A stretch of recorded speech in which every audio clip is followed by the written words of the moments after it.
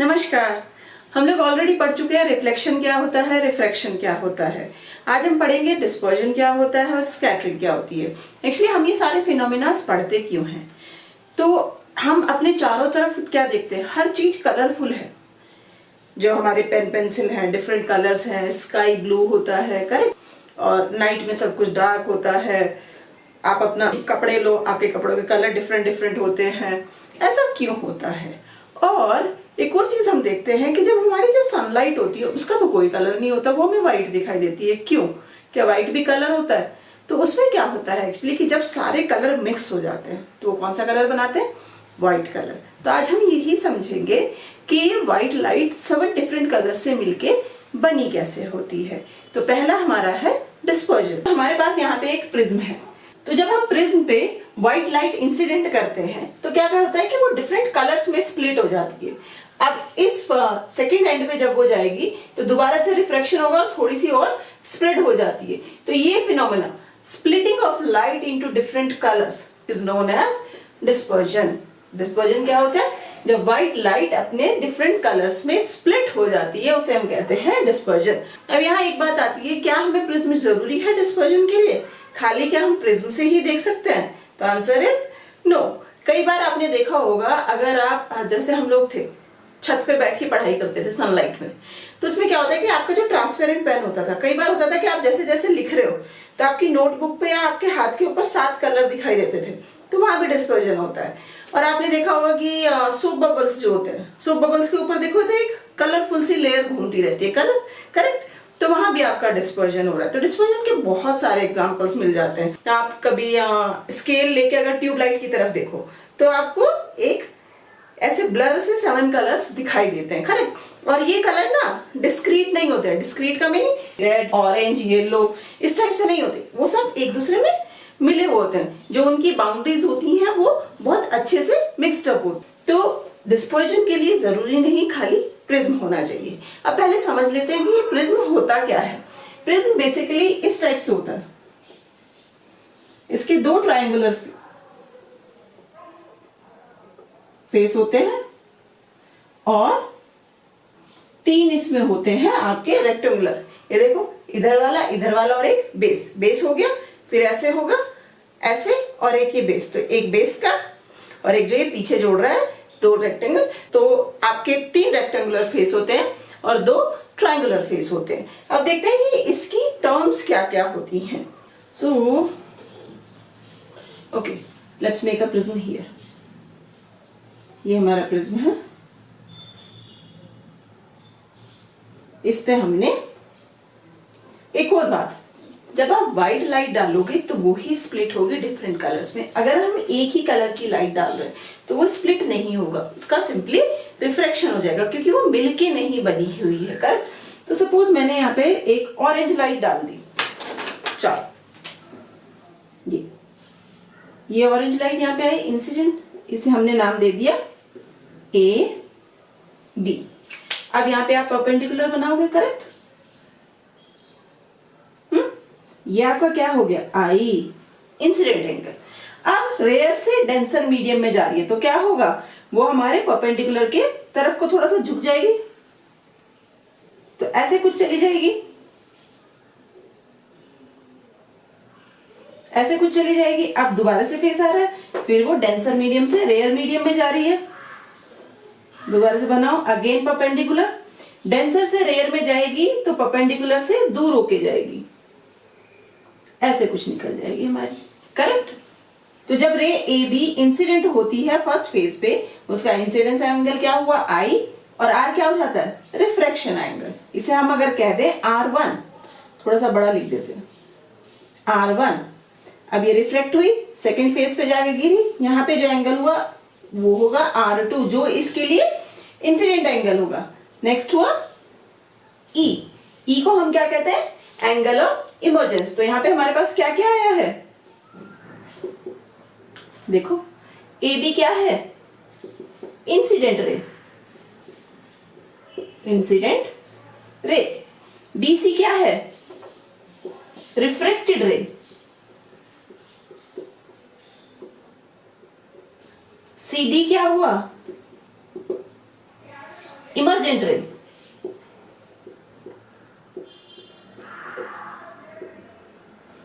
आई क्या हुआ, angle of incidence, angle of incidence. R क्या हुआ, angle of reflection,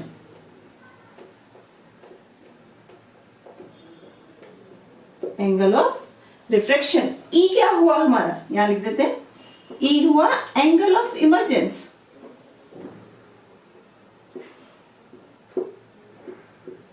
angle of emergence. अब इसमें एक और चीज आती है हमारी, अगर आप ध्यान दो, ये इसे कहते हैं ए, तो ए होता है हमारा एंगल ऑफ प्रिज्म,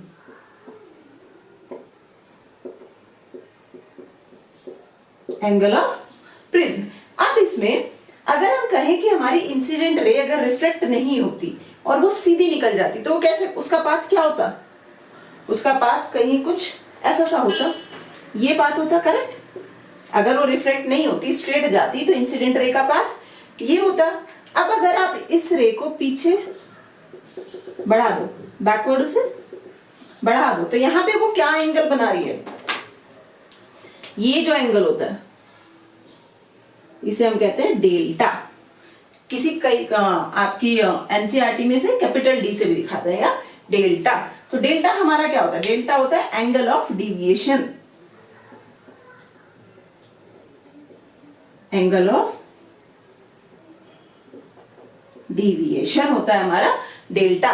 तो इसमें ये बता रहे हैं जो हमारी ये ऑरेंज लाइट थी वो अपने पाथ से कितना डेविएट हो गई, इतना एंगल डेल्टा वो डेविएट हुई। It tells about the deviation of the light from there path. So now understand कि डिस्पर्जन होता क्यों है, एक्चुअली कलर्स हमारे ये स्प्लिट होते क्यों हैं।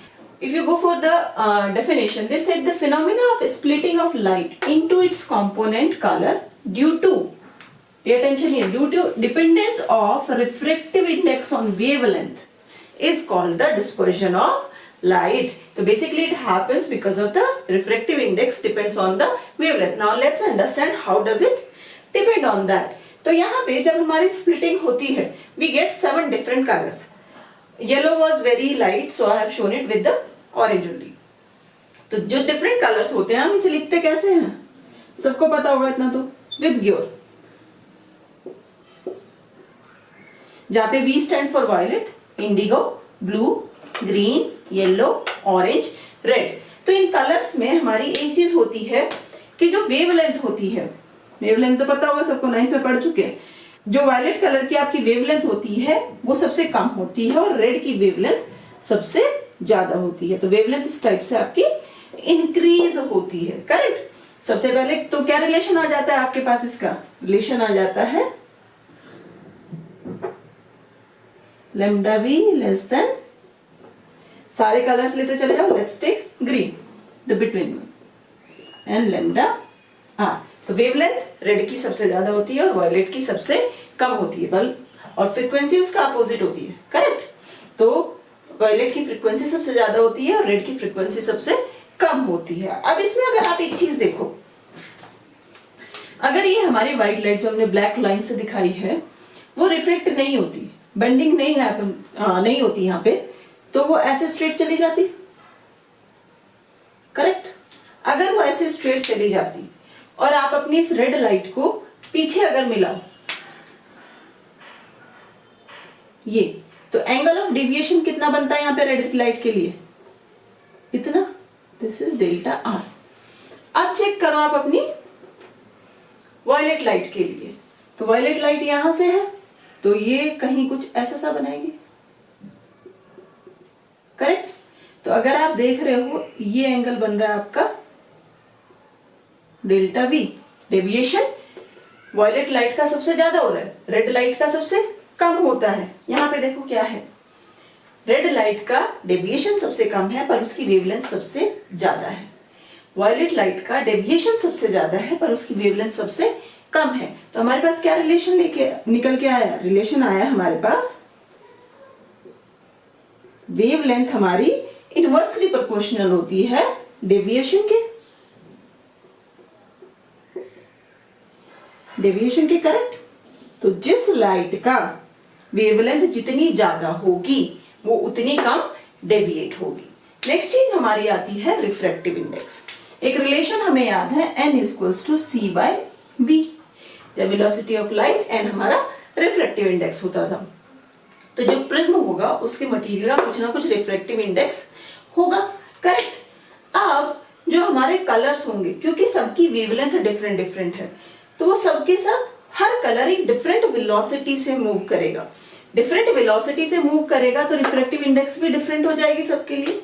सेम मटेरियल की रिफ्रैक्टिव इंडेक्स हर कलर के लिए डिफरेंट होगी। देखिए यहाँ पे अगर हम इसे करें NRC, तो R की वेलोसिटी, रेड कलर की वेलोसिटी कुछ और है, तो रिफ्रैक्टिव इंडेक्स कुछ हो गया उसके लिए।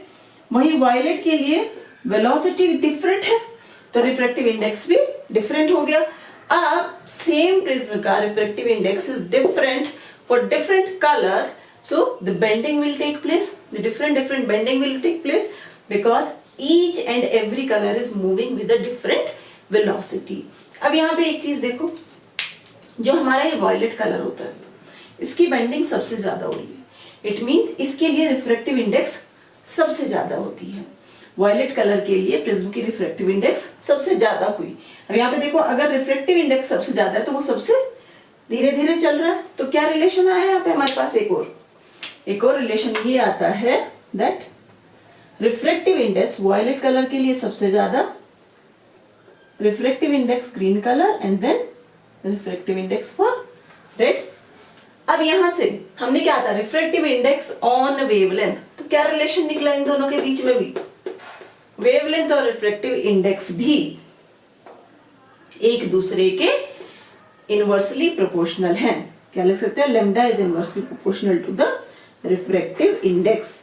वो कलर जिसकी वेवलेंथ सबसे कम होगी उसके लिए रिफ्रैक्टिव इंडेक्स सबसे ज्यादा होगा, और रिफ्रैक्टिव इंडेक्स ज्यादा होने का मीनिंग है कि वो लाइट सबसे स्लोली मूव करेगी। So that is the reason why we get the splitting of our colours, because they move with a different velocity, correct. हर कोई डिफरेंट वेलोसिटी से मूव करेगा, तो they will take time to reach on the another edge. अब इसमें यहां से हम अपना एक और रिलेशन लिख सकते हैं, जो आपका डेविएशन था। हमने कहा कि वेवलेंथ के अपोजिट है, वॉयलेट की वेवलेंथ सबसे छोटी है, तो डेविएशन वॉयलेट के लिए सबसे बड़ा है। तो हम कैसे लिखेंगे? Delta we is greater than. Same way आप सारे कलर्स इंक्लूड कर सकते हो बीच में। अगर वो पूछे कि वेलोसिटी में क्या रिलेशन है, तो आपने देखा रिफ्रैक्टिव इंडेक्स इनवर्सली प्रोपोर्शनल है वेलोसिटी के। सी तो आपकी वेलोसिटी ऑफ लाइट हो गई 3 × 10⁸ मीटर पर सेकंड, ये तो कांस्टेंट हो गया सबके, कांस्टेंट हो गया सबके लिए। तो इसमें भी क्या रिलेशन आ जाएगा? वेलोसिटी ऑफ वायलेट सबसे कम होती है, सबसे धीरे वो मूव करेगी एज कंपेयर टू अदर। तो ये आपके 4 रिलेशंस होते हैं जो एग्जाम्स में काफी पूछे जाते हैं, इट्स वेरी इजी। तो आप एक याद रख लो बस, वेवलेंथ का, बाकी सारे उससे निकलते चले जाएंगे क्योंकि आपको सबके रिलेशंस मालूम है। नाउ नेक्स्ट थिंग कम्स कि हमारे इन कलर्स की वेवलेंथ होती क्या है। Let's write it down. VIBGYOR, VIBGYOR, तो वॉयलेट की सबसे कम होती है। अब क्योंकि हमारे पास एक स्ट्रेट लाइन तो होती नहीं, कुछ ब्लर सा होता है, करेक्ट। तो वेवलेंथ की ना एक रेंज होती है, एक पर्टिकुलर वेवलेंथ नहीं होती है कलर के लिए। तो ये होती है 400 से 440 तक। इंडिगो की होती है 440 से 460 तक। ब्लू की होती है 460 से 500 तक। ग्रीन की होती है 500 से 570 तक। येलो की होती है 570 से 590 तक। ऑरेंज की होती है आपकी 590 से 620 तक, और रेड की होती है 620 से 700। और इनकी यूनिट क्या है? यूनिट इनकी होती है नैनोमीटर में। ये हमारी सारी वेवलेंथ्स होती हैं। तो बेसिकली इसमें क्या होता है कि अगर आपको वेवलेंथ पता चल जाती है, क्या है सारी wavelengths, then you can easily find out the angle of deviation also. Newton was the first person who found out कि जो हमारी व्हाइट लाइट होती है वो मिक्सचर होती है 7 कलर्स का, विबग्योर का। तो उन्होंने एक एक्सपेरिमेंटल सेटअप किया जिससे उन्होंने पाया कि व्हाइट लाइट कैसे हमारी 7 कलर्स से मिलके बनी होती है। तो सबसे पहले उन्होंने एक प्रिज्म लिया, ये हमारी व्हाइट लाइट इंसिडेंट हुई इस पे, करेक्ट। तो अभी हम केवल दो कलर से एक्सप्लेन करेंगे, वायलेट एंड रेड। तो रेड कलर का डेविएशन हमारा सबसे कम होता है, तो वो कुछ ऐसा सा हुआ और फिर ऐसे चला गया। देन रेड कलर का देन वायलेट कलर का डेविएशन कुछ ऐसा सा हुआ और ऐसा हो गया। So now we took one more prism, same dimensions का जो उन्होंने पहला प्रिज्म लिया था, बस क्या करा आपकी बारी से उल्टा करके रख दिया। तो क्या हुआ, जब हमारी ये वायलेट लाइट इस पे गिरी, सबसे पहले चलो रेड का कर देते हैं। जब हमारी ये रेड लाइट इस पे फॉल हुई तो ये कुछ ऐसे से चली गई, वायलेट हुई तो कुछ ऐसे चली गई। अगेन फाइनली जब ये मर्ज हुई तो फिर से हमें कौन सी लाइट मिली, व्हाइट लाइट।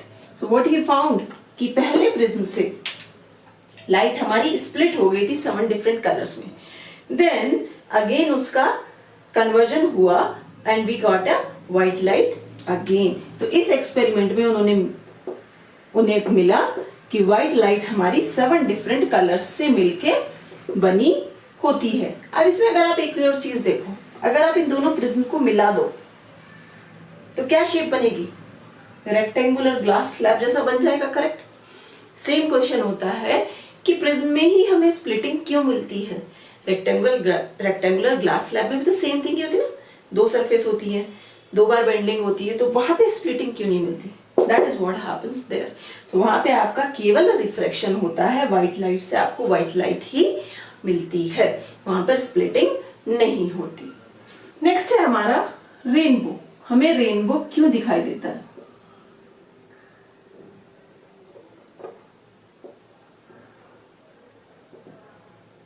रेनबोज।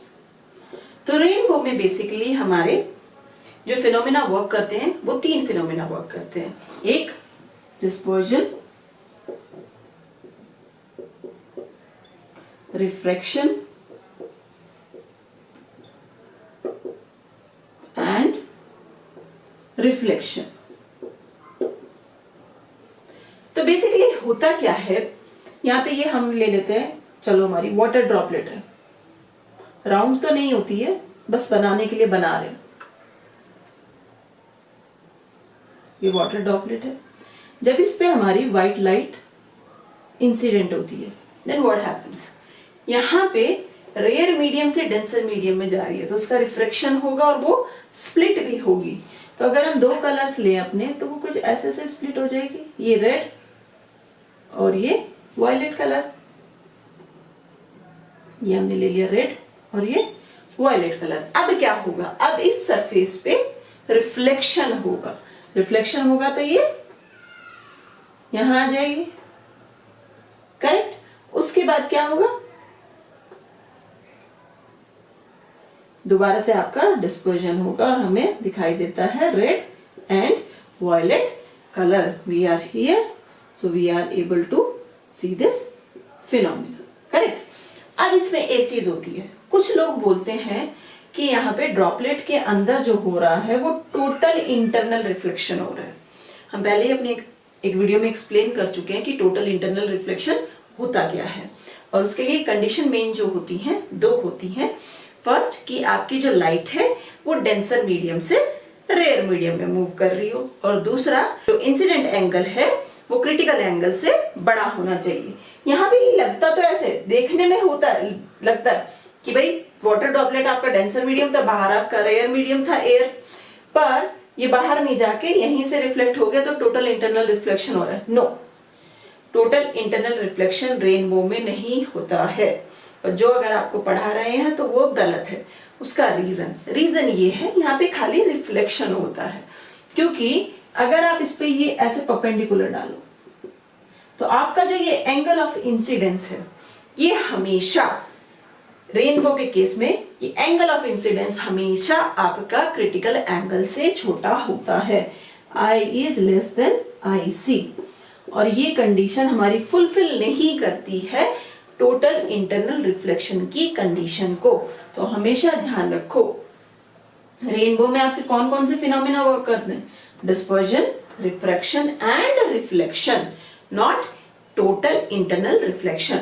अब इसमें एक और चीज आती है कि आपका जो ये रेनबो होता है ये कब दिखाई देता है, इधर अर्ली मॉर्निंग और लेट आफ्टरनून। रीजन क्या है कि सनलाइट हमेशा आपकी आंखों के पीछे होनी चाहिए। आप यहां से कहीं से देख रहे हैं तो सनलाइट यहां से कहीं से पीछे से आनी चाहिए, then only you will be able to see the rainbow. So next is atmospheric refraction. First let's understand कि एटमॉस्फेरिक रिफ्रैक्शन होता क्या है। तो बेसिकली हमारी जो अर्थ होती है वो, ये अर्थ मान लो, it is surrounded by the layer of air, correct. तो ये हमने दिखा दी, एयर की लेयर से ये सराउंडेड है। तो इसे हम क्या कहते हैं, इसे हम कहते हैं एटमॉस्फेयर। एटमॉस्फेयर। और इसमें एक और चीज होती है कि जो आपकी एयर की डेंसिटी होती है, एयर की डेंसिटी हर जगह पे इक्वल नहीं होती है। एयर की डेंसिटी अर्थ के पास वाले सरफेस पे सबसे ज्यादा होती है, और जैसे जैसे आप आउटर मोस्ट शेल की तरफ को जाते हैं तो आपकी डेंसिटी कम होती चली जाती है। एक और चीज, यहाँ पे we are not talking about the mass density, we are talking about the optical density. We have already explain कि दोनों में डिफरेंस होता क्या है। तो जब आपकी नॉर्मल टेम्परेचर और ह्यूमिडिटी की कंडीशन होती है तो अर्थ के पास में जो एयर की डेंसिटी होती है वो होती है ग्रेटर देन 1, और जो आउटर मोस्ट एरिया होता है उसमें डेंसिटी होती है मोर और लेस इक्वल्स टू 1। तो बेसिकली क्या होता है कि जब आपकी सनलाइट आती है तो वो continuously denser denser denser denser medium में मूव करती चली जाती है, तो उसकी बेंडिंग वो परपेंडिकुलर की साइड को बेंड होती चली जाएगी, तो वो कंटिन्यूसली बेंड होती चली जाती है। तो लाइट स्ट्रेट ना आके ऐसे क्या होता है, ऐसे आके फिर कुछ कुछ कुछ कुछ ऐसे उसका कर्व्ड पाथ होता चला जाता है, क्योंकि रिफ्रैक्टिव इंडेक्स हर जगह अलग अलग होगी तो उसकी वेलोसिटी हमारी घटती चली जाती है, तो लाइट की बेंडिंग होती चली जाती है। अब इस वजह से हमारे काफी फिनोमिनास होते हैं, जैसे कि आपका जो सनसेट होता है वो लेट होता है और सनराइज जो होता है वो अर्ली होता है। Let's understand how does it happen. तो ये हमारा केस है जब हमारा सन राइज का टाइम होता है। तो सन हमारा अभी यहाँ पे है, अभी राइज नहीं हुआ है, तो जो सन से लाइट रे आ रही है वो देखो क्या होती है, यहां से स्ट्रेट आती है, जैसे ही वो एटमॉस्फेयर में एंटर करती है, क्योंकि रिफ्रैक्टिव इंडेक्स बढ़ती जा रही है तो उसकी बेंडिंग होती चली जाती है, वो कुछ ऐसा सा कर्व्ड पाथ ले लेती है। अब हम यहां से देख रहे हैं, पहले ही वी हैव एक्सप्लेन कि जब हम किसी भी चीज को देखते हैं तो हम ये देखते हैं कि इंसिडेंट रे की जो डायरेक्शन है उस डायरेक्शन में उस ऑब्जेक्ट की इमेज हमें, वो ऑब्जेक्ट हमें दिखाई देता है। अब इसमें क्या है, ये जो इंसिडेंट रे है इसकी डायरेक्शन कहाँ है, इसकी डायरेक्शन कुछ यहाँ। तो सन हमें, दो सन अभी राइज नहीं हुआ है पर सन हमें ऑलरेडी दिखना स्टार्ट हो जाता है। इसमें डिफरेंस कितना होता है, इसमें डिफरेंस होता है 2 मिनट का। सन हमें 2 मिनट पहले ही दिखना स्टार्ट हो जाता है। Now next comes to the sunset के टाइम पे क्या होता है। तो ये हुआ हमारा सनसेट। सनसेट के टाइम पे क्या है कि जो हमारा सन है वो ऑलरेडी होराइजन के नीचे जा चुका है, तो रेज हमारे कुछ ऐसे आएंगे एटमॉस्फेयर में मूव करते हुए, करेक्ट। पर अगेन विल सी जो हमारी इंसिडेंट रे की जो डायरेक्शन है उसमें हमें ऑब्जेक्ट दिखाई देता है।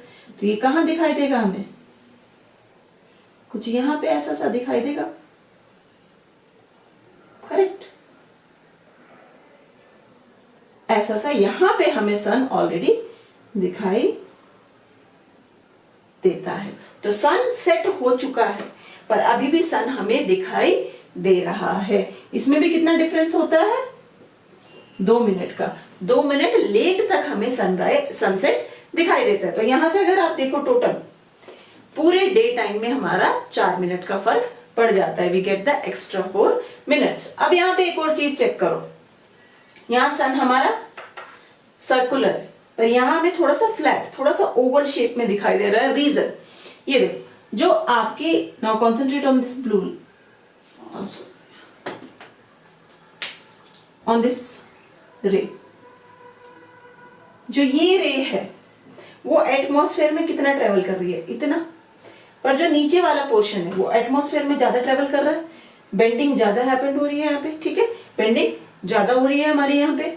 तो क्या होता है कि जो अपर एरिया है उसका तो इमेज जल्दी बन जाएगा, पर इसका बनने में थोड़ा सा टाइम लेता है। तो इसलिए हमारा जो अपर है वो वही दिखाई देता है, लोअर थोड़ा सा ऊपर खिसक जाता है। तो सन सर्कुलर ना दिखा के थोड़ा सा ओवल शेप में आपको दिखाई देता है। Next is twinkling of stars.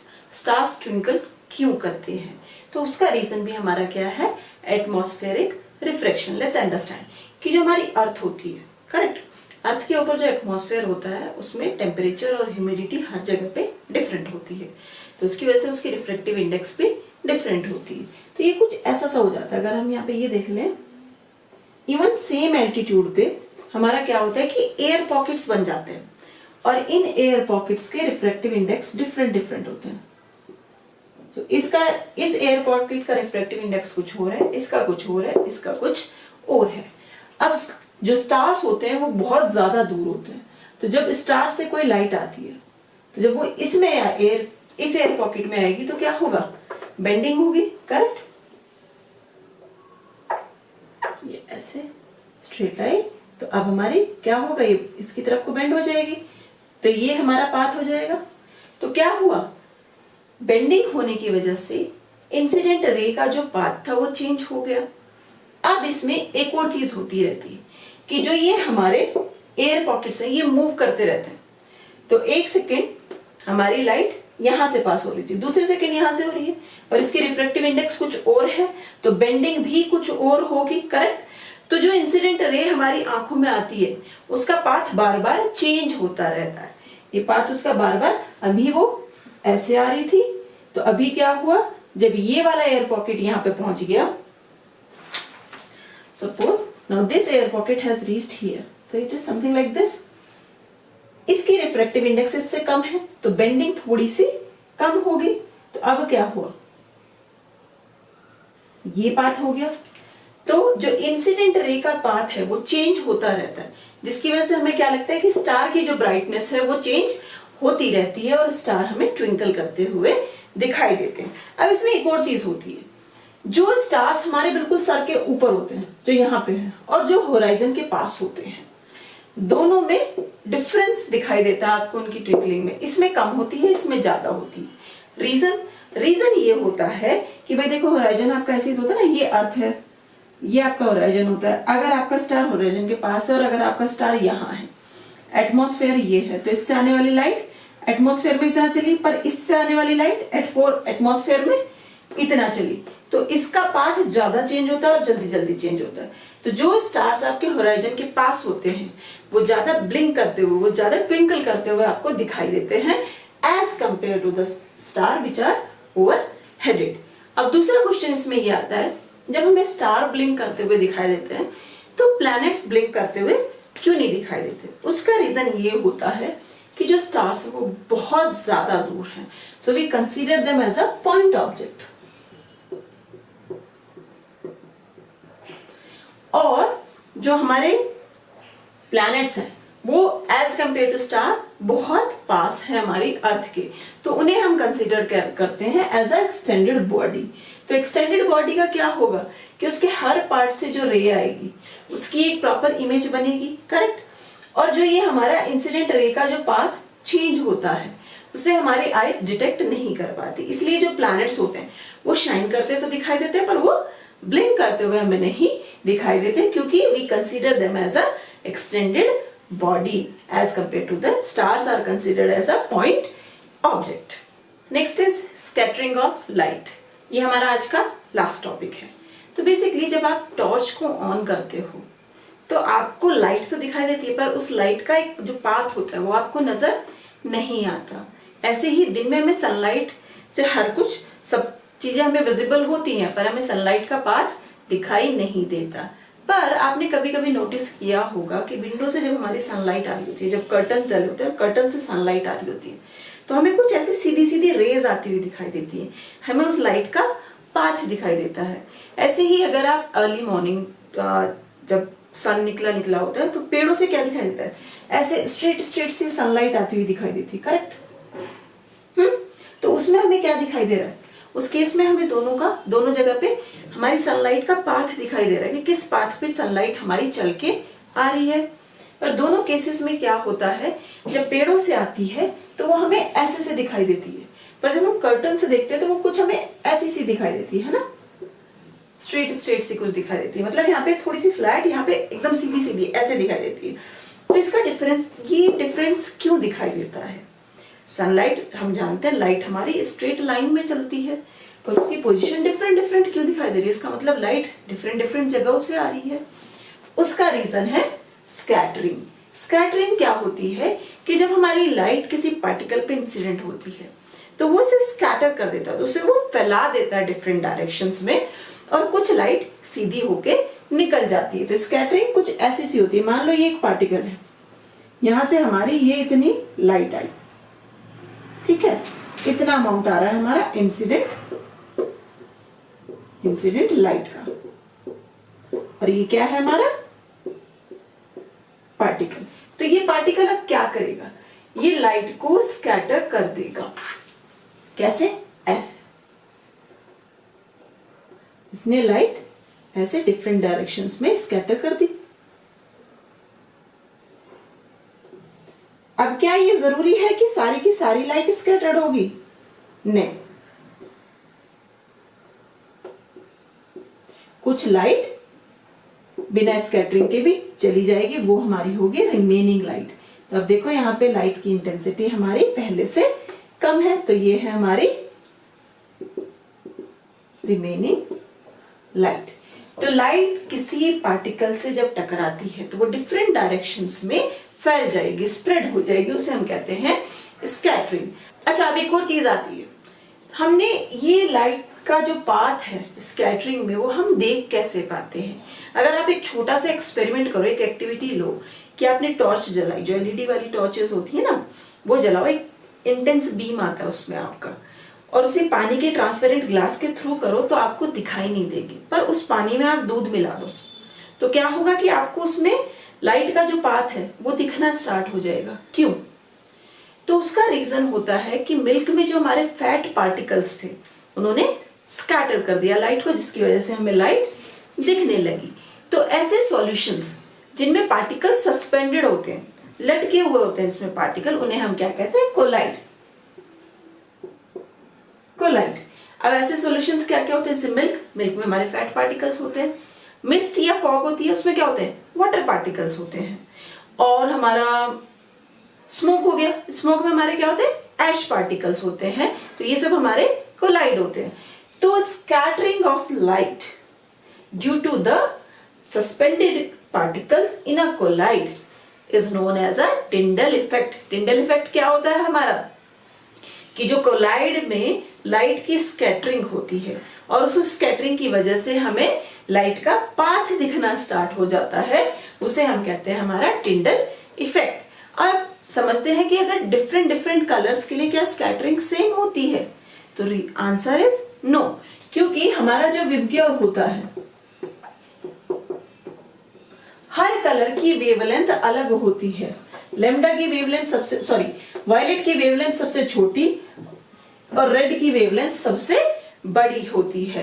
तो जो वायलेट कलर है, जो हमारा ब्लूइश कलर जो होता है, उसे बहुत इजी होता है स्कैटर करना, बट जो रेडिश कलर होता है उससे डिफिकल्ट होता है हमें स्कैटर करने के लिए। तो अगर हमारे छोटे पार्टिकल्स हैं, जो पार्टिकल्स हैं वो साइज में बहुत छोटे हैं, तो वो केवल ब्लूइश लाइट को ही स्कैटर करेंगे, बची हुई लाइट आपकी रेडिश लाइट होगी। तो इसमें अगर जैसे हमारा होता है कि अगर आप स्मोक देखते हैं, करेक्ट, अगर उस स्मोक में ऐश के पार्टिकल्स बहुत छोटे छोटे हैं तो वो क्या स्कैटर करेंगे? वो ब्लूइश लाइट स्कैटर करेंगे। तो इसलिए जो हमें स्मोक होता है वो थोड़ा सा मिल्की ब्लू सा दिखाई देता है। पर अगर हमारे स्मोक में बड़े बड़े ऐश पार्टिकल्स होंगे तो वो खाली ब्लूइश नहीं, रेड कलर को भी स्कैटर करेगा, इसलिए आपको जो स्मोक होगा वो व्हाइट कलर का दिखाई देगा। तो डिफरेंट कलर्स हमें दिखाई देते हैं क्योंकि स्कैटरिंग डिफरेंट डिफरेंट कलर्स की होती है। यही रीजन होता है कि जो हमारे डेंजर के साइन होते हैं वो रेड कलर के बनाए जाते हैं, क्योंकि रेड कलर की स्कैटरिंग सबसे कम होती है। तो रेड कलर इजीली हमें विजिबल होता है। नाउ कि हमारे जो स्काई का कलर होता है वो हमें स्काई ब्लू क्यों दिखाई देता है? तो जब हमारा मौसम साफ होता है, एटमॉस्फेयर में जो हमारे सस्पेंडेड पार्टिकल्स होते हैं, वाटर ड्रॉपलेट्स होते हैं, एयर के गैस पार्टिकल्स होते हैं, वो क्या करते हैं? लाइट को स्कैटर करते हैं। अब क्योंकि पार्टिकल्स का साइज बहुत छोटा है तो वो कौन सी लाइट स्कैटर करते हैं? Bluish light. इसलिए स्काई हमें ब्लू दिखाई देता है। पर अगर आप सिटीज में जाओ तो सिटीज में आपको स्काई ना ब्राइट ब्लू नहीं दिखाई देता, उसमें बहुत सारे से कलर दिखाई देते हैं और ब्लर सा दिखाई देता है, एग्जैक्ट ब्लू नहीं दिखाई देता। रीजन उसका क्या होता है?